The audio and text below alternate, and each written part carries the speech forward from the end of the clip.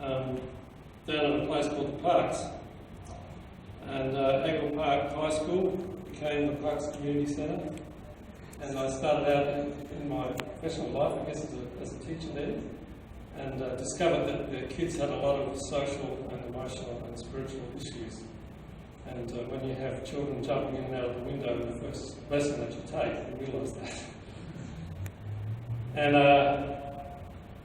yeah, it was pretty chaotic. And in fact, about 3 teachers had nervous breakdowns in the period that I was there.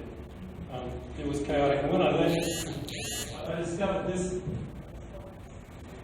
little certificate that I was given in 1977, so that tells you how old I am. And it's a citation for not for successfully competing in combat readiness course designed to extract the last ounce of endurance, ingenuity and resourcefulness, but for teaching at the Parks for a period of time greater than possible.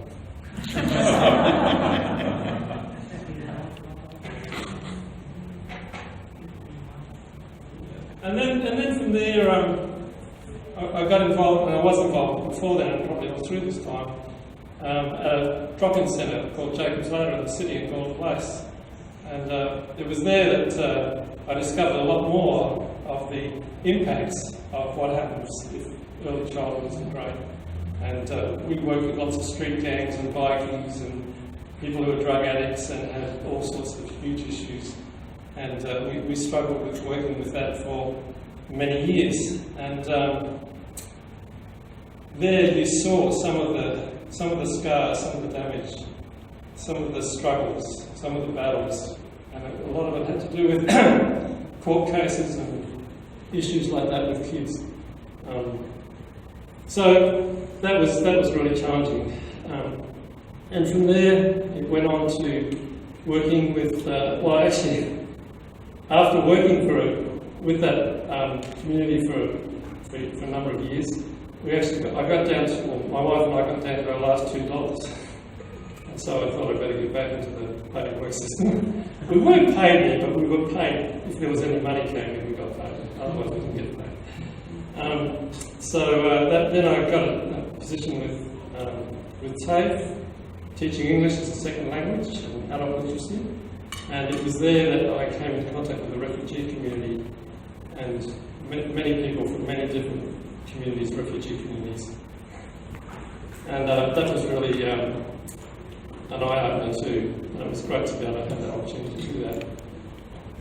And from there, I worked in community services with Lisbon Community Care, and there worked with the homelessness sector and discovered all the issues around homelessness.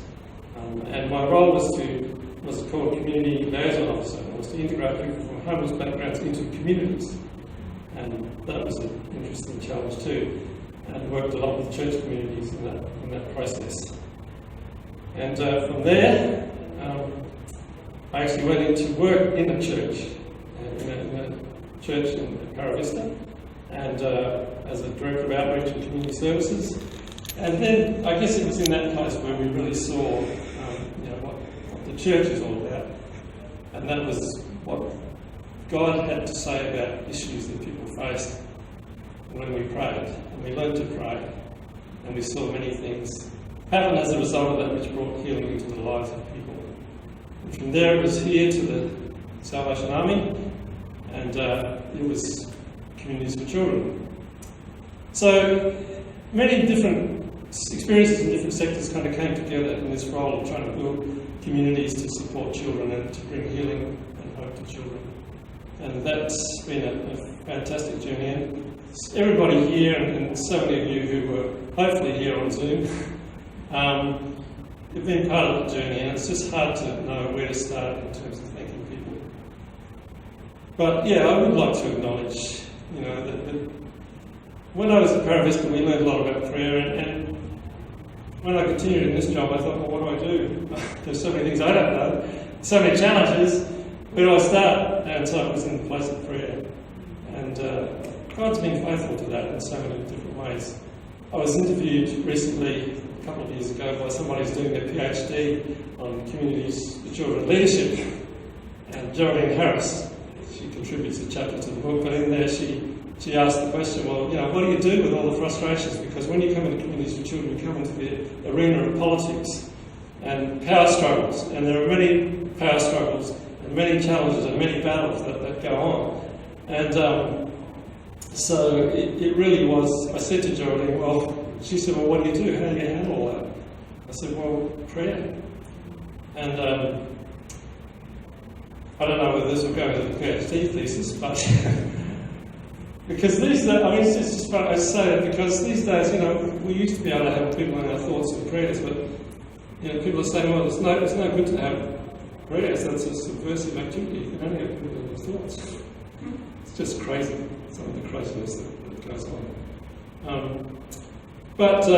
She's actually, Geraldine has attempted to include some of that in the recent book where she talks about contemplative practices and traditions down through the years, and that's really an important part of that whole process. So we found the same here with Communities for Children. And God's done some good things. We've got the Olympic Games on at the moment, and a lot of people are chasing after gold and silver and bronze. And that's all good, but it's interesting that gold and silver and bronze are good things.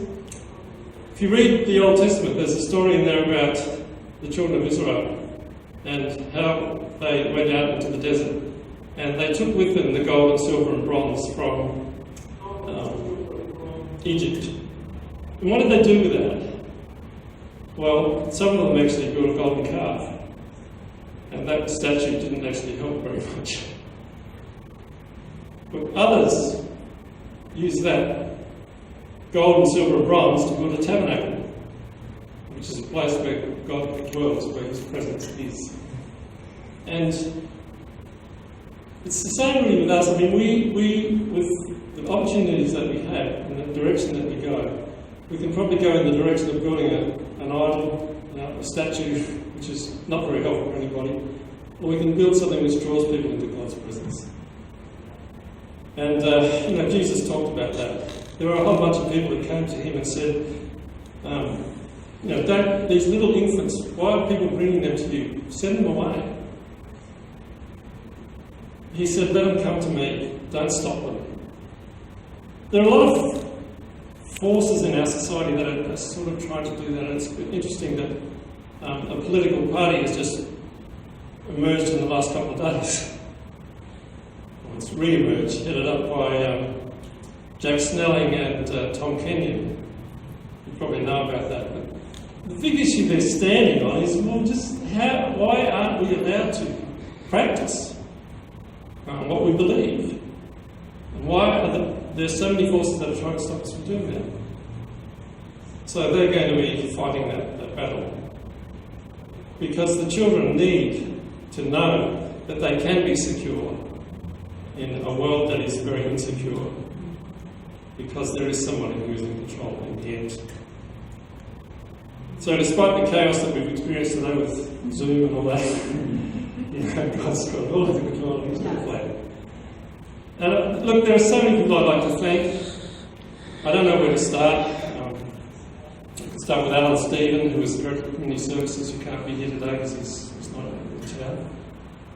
And Jackie Dell and numbers of others that I've worked with over the years from the Salvation Army. The staff have been fantastic, and we've heard from Jane and Robert and now Jen, Katrina, fantastic work with First Steps. The team at UniSA, Gospel in Victoria, I've spoken about, they've been fantastic. We've been able to work together, and we've been able to kind of, in the crucible of all the challenges, come up with some strategies that actually help families and children by giving children a better start in life and being able to build on that in the school system.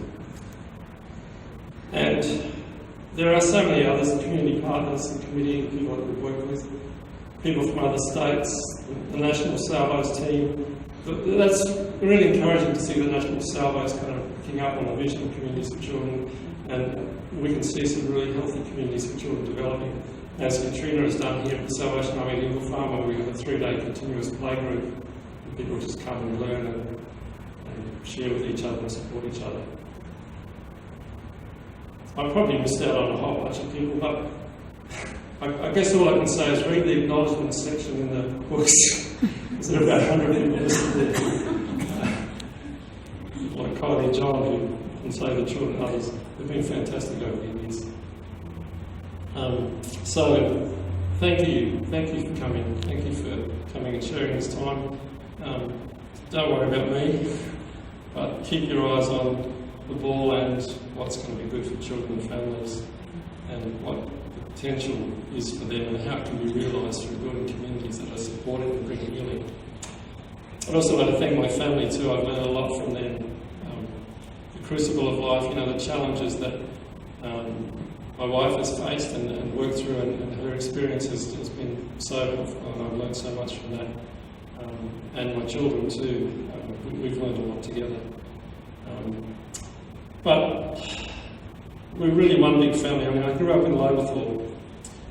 I don't know whether you know Loberthal, but it was a little German village. And it takes a village to raise a child. And I didn't appreciate it when I was a child, but my family of origin too has been a real foundation. And I would just love to see lots more children have that opportunity to have a secure early years and be supported and be able to grow and thrive and develop the potential that they have. Enough from me. Thank you very much for coming, and hopefully you will continue to build on the things that we've seen develop with communities for children, and will continue to grow. And thanks to the government too for funding it for another 5 years, and to the family agreement managers and all those people in politics and people who work for that. And hopefully that will continue, and the partnerships that have formed will continue to develop and flourish and lead to a lot better outcomes for our children and families down the track. Thank you.